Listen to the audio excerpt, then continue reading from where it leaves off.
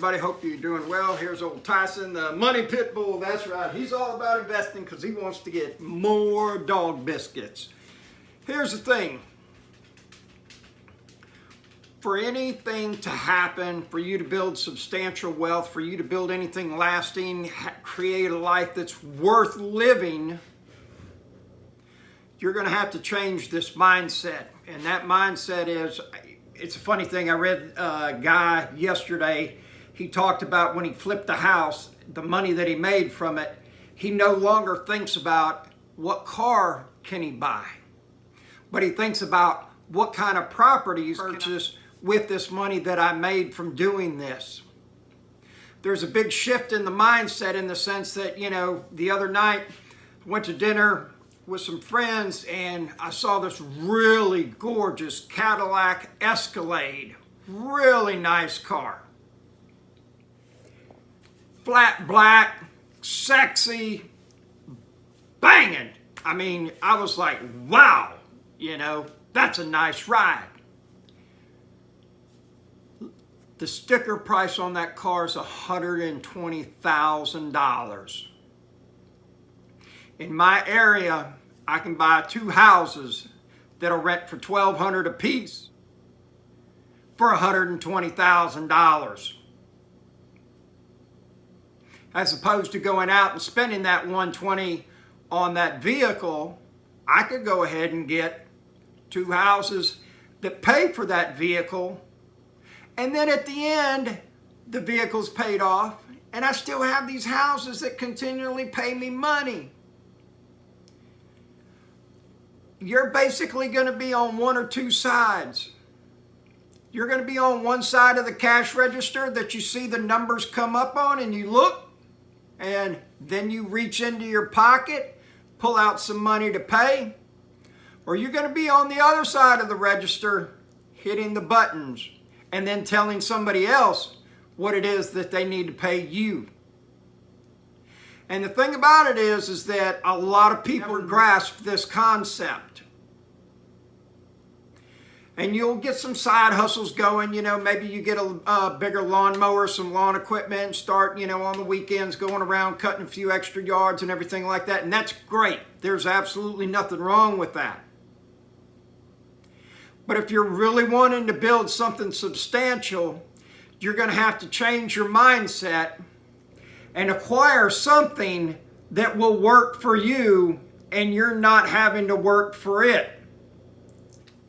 And there's a kind of a caveat to that in the sense that you're going to have to get something going that you can basically hit autopilot and it keeps on running.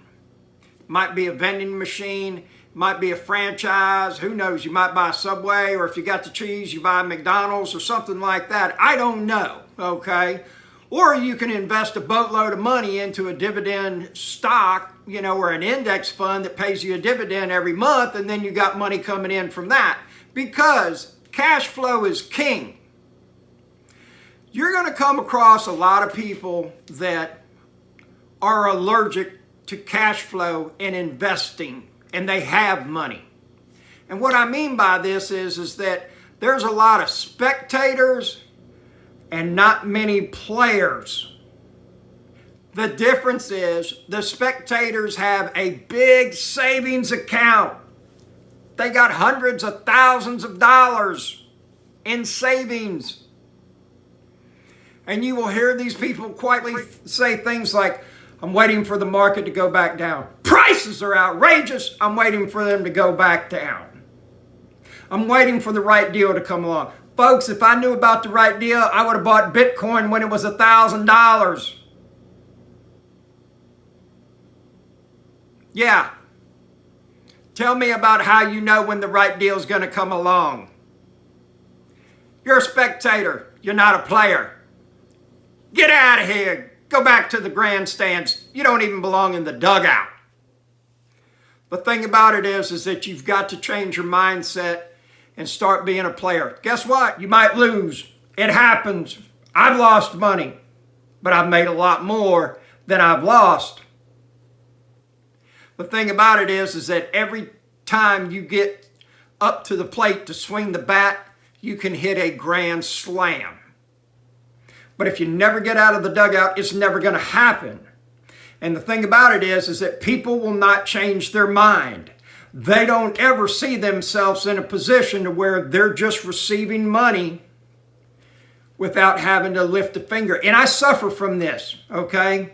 My father worked 23 years in the Navy. The only 2 times he ever laid out of work, he was deathly ill. One time I think he had malaria, okay? He just said, Robert, it's what men do. We go to work, okay? And so I take a lot of pride in people saying, man, Robert Biggerstaff, he's a very hard-working guy, okay? But what I need you to start saying, because of my actions, is Robert Biggerstaff's a very smart working guy. Because you can work smarter and not harder. So the thing about it is what I want you to take from this video is, what can you do to change your mindset? What can you start to put into motion that you can basically purchase one time and that'll start keep putting money in your pocket on a regular basis? Okay, might be a rental house, might be a vending machine. You might start some type of online course. You might start an eBay store, an Amazon store, whatever. That I don't know. But you're going to start something. Why? Because you're a player. You're not a spectator. You came so that people would buy tickets to come see you. Stop buying my tickets. You're watching my video. Get out there and do me a favor. Send me a link to your YouTube channel. Let me subscribe to it. Okay? I talked about the other day that guy named Gerald Peters. I still watch his videos. Why? He's in a position where I want to be at. He's making moves. He's got a different mindset than I do. He's been doing this wealth building game a lot longer than I have. I own more real estate than he does. He owns more stocks than I do. You can learn from it. The thing about it is again, changing that mindset. Which side of the cash register do you want to be on? Ask yourself today. Have a phenomenal day. Be productive. Be profitable. If you need to reach me, it's rentalrobertpcola@gmail.com.